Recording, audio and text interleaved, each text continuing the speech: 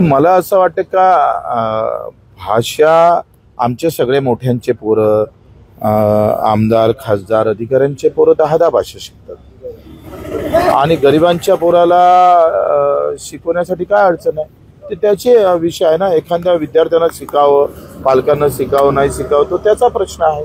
पण भाषा शिकल्यानं तुमचं मराठीची अस्मिता जातं असं नाही. आम्ही वापरू भाषा आम्ही नेहमी भाषा मराठी वापरली पाहिजे याच्याबद्दल दुमत नाही. आम्ही पाट्या मराठीत लावल्या पाहिजे याच्याबद्दल दुमत नाही. पण शिकावं काय हे राज ठाकरे कसं काय ठरवणार आहे. तुमचा मुलगा जर जर्मनीला जाऊन शिकत असेल तर इथल्या पोरांनी जर्मनी भाषा शिकवली शाळेत म्हणून त्याची वाह होतं आणि हिंदी शिकवतोय म्हणून त्याच्यावर तुम्ही प्रश्न निर्माण करत असाल तर ते चुकीचं आहे. माझं असं मत आहे का मराठीचा बाणा हा ठेवावा त्याच्याबद्दल दुमत नाही. पण मी तर 8 भाषा शिकू त्याच्यात काय अडचण आहे. सरकारने माघार नाही घेतली तर संघर्ष आणि मला वाटतं ही राष्ट्रीय भाषा म्हणून घोषित करायला पाहिजे. हिंदी भाषेला काय हरकत आहे. आमच्या देशाची एक भाषा असली पाहिजे ना. आम्ही जेव्हा महाराष्ट्रात आहे तेव्हा मराठीत आहे आणि मग मी देशात आहे तर माझी एक भाषा असायला नको. देशाला एक नाव नाही. भारत वेगळा इंडिया वेगळा हिंदुस्थान वेगळा काय प्रकार लावलाय. महाराष्ट्रामध्ये कृषी विभागात खूप मोठ्या प्रकारचे भ्रष्टाचार होत आहे याकडे सरकारचं मात्र दुर्लक्ष होत आहे. तर तुम्ही काही दाखवत नाही ना. मीडियावाल्यांना काय पाहिजे भाषा झाली खबर झाली वाघ्या झाला आता ते भिडे गुरुजीला कुत्रा चावला तोय झाला. तुम्हाला दाखवायचं काय ते एकदा ठरवा. तुम्हाला या देशातल्या कष्टकरी तुम्ही जे कॅमेरे घेऊन आले तुमची परिस्थिती अशीच वाईट आहे.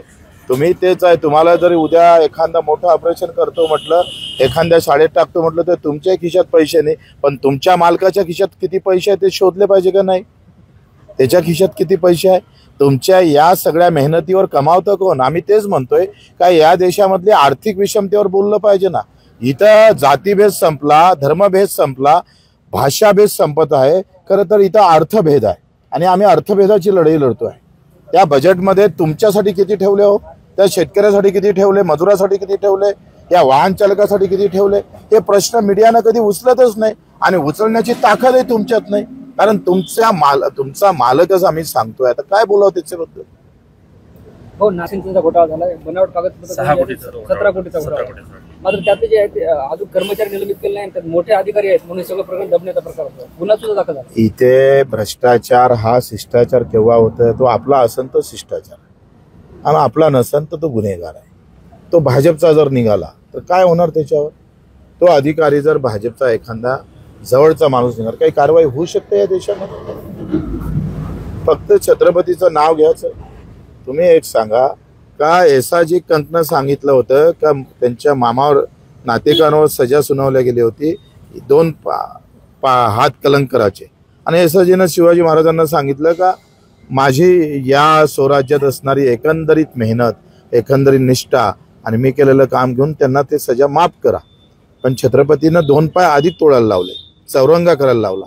कारण शिफारस ही या देशातली सगळ्यात मोठी कीड आहे आणि इथं शिफारस जर असली तर तुम्ही 10 मर्डरही केले तर आंदोलन करा. तुम्ही सांगा मुंडे साहेबांना राजीनामा घ्यायला रस्त्यावर किती उतरावं लागलं तुम्हाला किती डाव लागलं. इतके डाव तर मला वाटते देशातल्या पंतप्रधान तुम्ही दाखवलं नसेल. देशात आपली शिफारस या देशातली कीड आहे. मला वाटतं त्याच्या फासावर चढवलं पाहिजे. 6 कोटी जर शेतकऱ्याचे तुम्ही त्या जालन्याला 50 कोटी काढले तलाठ्यानं मराठवाड्यात ऐकावं ते नवलच भेटते. अतिशय वाईट अवस्था आहे.